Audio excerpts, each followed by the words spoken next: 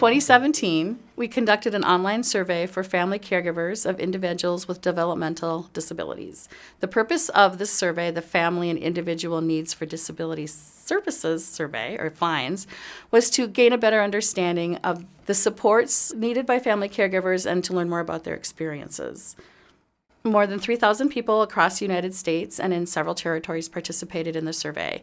Family caregivers are the backbone of the support system, and it's important that we understand their struggles and needs. Through the survey, we learned several things about family caregiver experiences. The first was that caregiving has economic impacts for the caregivers.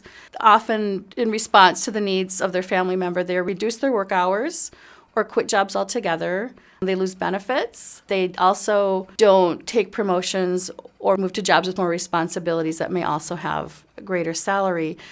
In particular, this affects women, as women are the greatest number of family caregivers, and the lack of participation in the workforce means that in their retirement, they have less access to resources. One of the other things that we learned in this survey was that families are unprepared for the future. Family caregivers report that they have no plans for their family member as the caregivers age and as their family member grows into adulthood.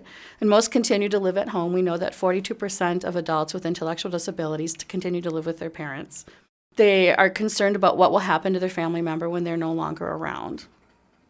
Families often pay a lot of money out of pocket to provide additional supports and services to their family members with disabilities, making the economic impacts of being a family caregiver even greater.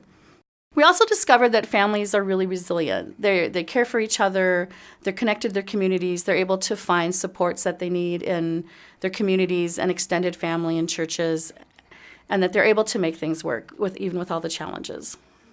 The implications for the future are twofold. The direct support workforce crisis needs to be solved as the population continues to age and caregivers are no longer able to provide supports for their family members.